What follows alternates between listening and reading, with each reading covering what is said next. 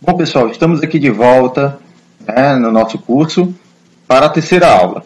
E aqui na terceira aula a gente vai começar a estudar, após ter estudado o citoplasma, nós vamos conhecer um pouquinho sobre o núcleo. O interessante se falar do núcleo é que o núcleo celular ele é responsável por todas as informações, por toda a coordenação de reações que ocorrem dentro do âmbito celular, tá certo? Ele é o grande coordenador das atividades celulares, mas também ele contém em si toda a informação genética, beleza?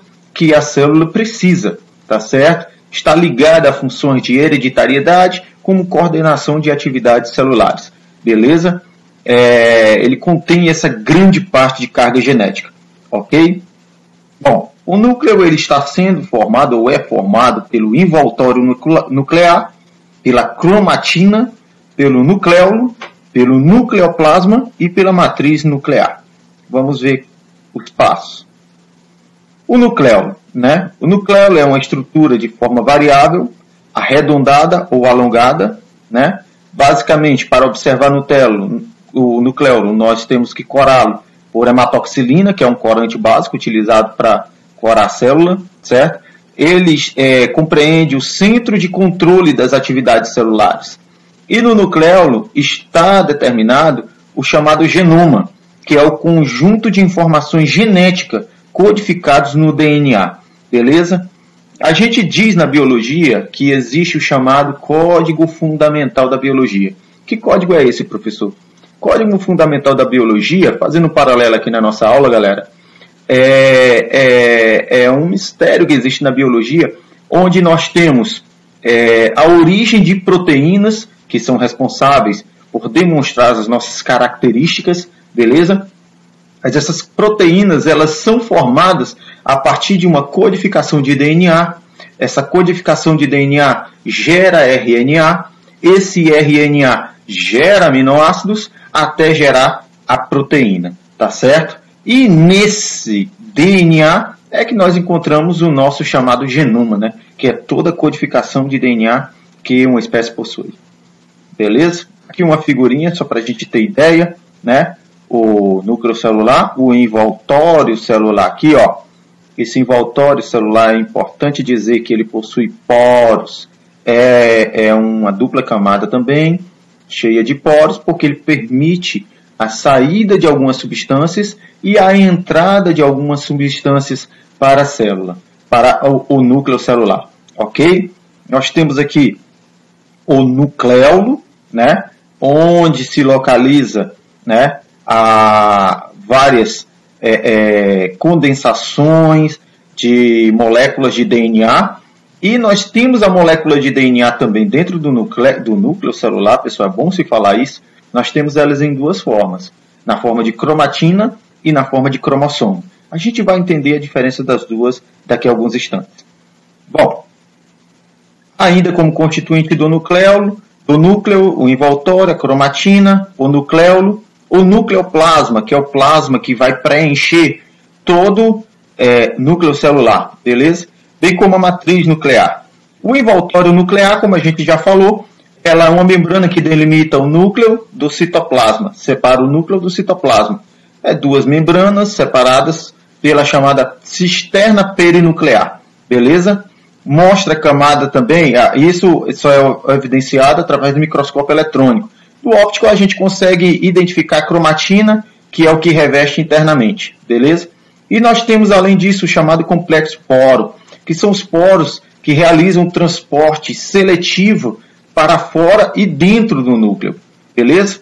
Aqui nós temos uma figurinha do envoltório nuclear, tanto de poro aqui, galera. Esses poros são importantíssimos porque eles realizam uma seleção parecida com o que a membrana plasmática faz, tá certo? Naquilo que há dentro do núcleo e que sai do núcleo, ok? Membraninhas aqui, o poro aqui evidenciado, tá ok? Até chegarmos na cromatina. Bom, vamos diferenciar um pouquinho aqui. O DNA, DNA da célula, ele pode ser encontrado de duas formas, galera. Ele pode ser encontrado na forma de cromatina ou na forma de cromossomo. Eu costumo dar um exemplo para os meus alunos o seguinte, que o DNA é como se fosse a linha da pipa, beleza? A linha da pipa, muitas vezes você está soltando pipa aqui, tá ok? Vocês estão mentalizando aí junto comigo, nesse paralelo aqui na nossa aula. Você está soltando a pipa, quando você vai puxar a pipa lá de cima, você vai puxando a linha vai caindo no chão, vai ficando embolada lá, beleza? Aquela linha embolada, às vezes tem umas partes dela que dá até uns nó, né? Uma coisa fica tão embolada que dá um nó, tá ok? Aquilo dali é mais ou menos, entenda junto comigo, viaje nessa onda aqui junto comigo. Aquela linha ali é como se fosse mais ou menos a cromatina, tá certo? A cromatina, ela fica embolada daquele jeito dentro do núcleo celular, tá ok? E aí, a partir disso, nós temos dois tipos de cromatina. Nós temos a heterocromatina. Essa heterocromatina, ela é mais eletrodensa, né? E aparece com grânulos grosseiros, visíveis ao microscópio óptico. É inativa, é um DNA muito compactado. Então, comparando a nossa linha da pipa, a heterocromatina é essa parte lá, quando você estava puxando a pipa, que ela ficou tão embolada que deu nó, tá certo? Esse DNA, ele fica inativo. A partir dele, não se pode produzir proteína enquanto ele está inativado, a não ser que ele se torne ativo, tá certo? Então, essa é uma característica da heterocromatina. Já a eucromatina, ela é mais granulosa e clara, né? Uma cromatina ativa e mais visíveis em células. É essa sim produzindo proteína, tá certo? A cromatina também ela é constituída por duplos filamentos helicoidais de DNA associados a proteínas, principalmente histonas e também não histonas, né? Formando o nucleossomo. A gente vai ver já já a importância também dessa proteína histona. Beleza? Aqui alguns exemplos. Nucleolo. Um exemplozinho aqui clarinho, ó. Cromatina produzindo DNA à vontade. E uma parte mais escura, mais eletrodensa aqui, ó. Heterocromatina. DNA inativado. Beleza? Bom, nós temos as formações intranucleares arredondadas, né? Que são também responsáveis pela produção de ribóssomos. Esses ribossomos, ou ribóssomos, eles são importantíssimos na produção de quê, galera? A produção de proteína. A gente viu na aula passada no citoplasma. Eles são exportados para o citoplasma e lá no citoplasma, junto ao retículo endoplasmático rugoso, eles são ativados para a produção de proteína. Beleza. Cromossomo. Vamos voltar ao exemplo da pipa lá, galera. O cromossomo, ele é uma forma de DNA compactado. Beleza? Por que compactado, professor? Porque ele necessita dessa compactação para poder ser transferido. O cromossomo, na verdade, ele é um modelo de DNA que ele está integralmente ligado a transporte de informação genética, com a finalidade da divisão celular, tá certo? Participando da divisão celular. O DNA, na verdade, é uma fita muito longa, galera. Na forma de cromatina, ele está embolado lá, beleza?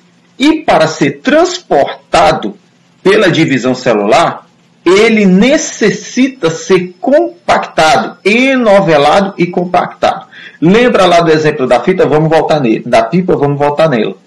Quando você puxa a pipa, que você embola lá, você não vai guardar a pipa ou passar a pipa para alguém, aquela linha toda embolada, né? Você precisa fazer o quê? Organizar. Você tem que pegar o tubo de linha e ir enrolando a linha naquele tubo. Aí sim, a linha fica organizada. Da mesma forma aqui. O cromossomo, ele na verdade, esse DNA, ele é enrolado em proteínas, chamadas o quê? Proteínas histonas, beleza? E fica no formato de um cromossomo. Aí, a partir daí, você consegue transferir toda a informação genética sem perca para a célula subsequente, beleza? Conceitozinho de cromossomos são estruturas formadas por uma molécula de DNA associada a moléculas proteicas, no caso aqui histona. As proteínas histonas são proteínas associadas que ajudam a enrolar a molécula de DNA, né? Reduzindo seu comprimento. Nós temos aqui as partes de um cromossomo. Partes de cromossomo são centrômeros, regiões de contrição primária do centrossomo.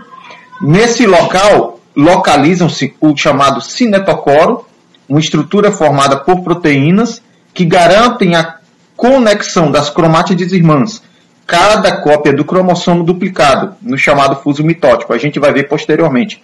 E nós temos os telômeros também, que são regiões encontradas nas extremidades dos cromossomos. Olha aqui o modelozinho de cromossomo aqui, ó. Telômero aqui, parte final de condensação do DNA, tá certo?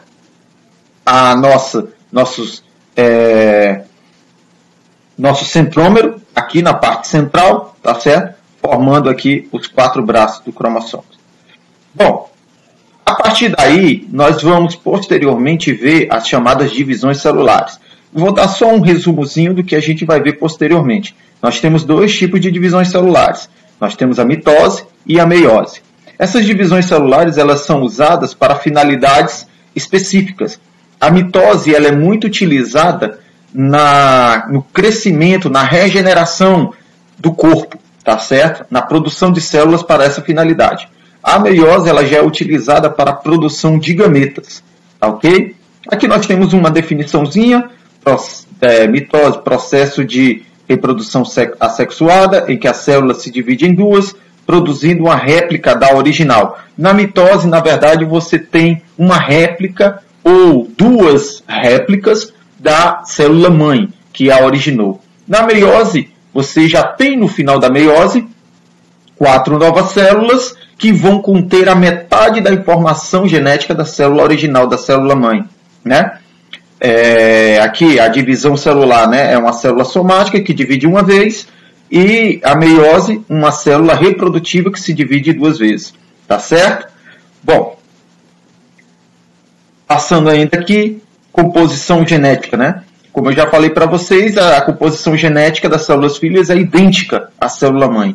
Já na meiose, nós temos 4 novas células com a metade de informação genética, e olha aqui, galera, interessante dizer, ó, combinações diferentes de genes, tá certo? Então, nós temos aqui na meiose variabilidade genética, tá ok? Aqui nós temos fases também da mitose, prófase, metáfase, anáfase e telófase. E na meiose, nós temos a chamada prófase 1, ou melhor dizendo, a meiose 1, que compreende prófase 1, metáfase 1, anáfase 1, telófase 1, e a meiose 2, que tem a prófase 2, metáfase 2, anáfase 2, telófase 2. Essa primeira fase, ela é a chamada fase reducional, e a segunda fase, a equacional. Nós entenderemos posteriormente. Na mitose não há nenhuma recombinação ou cruzamento, né, gênico. Já na meiose ocorre sim, tá ok? E a função eu já falei para vocês, basicamente da mitose, crescimento, regeneração de tecidos e etc. E aqui na meiose, ela é formação de células ligadas à reprodução, né? Células, gametas, esporos. Bom, pessoal, então é o nosso fim da terceira aula. Eu agradeço a vocês pela atenção e a gente se vê na nossa quarta aula.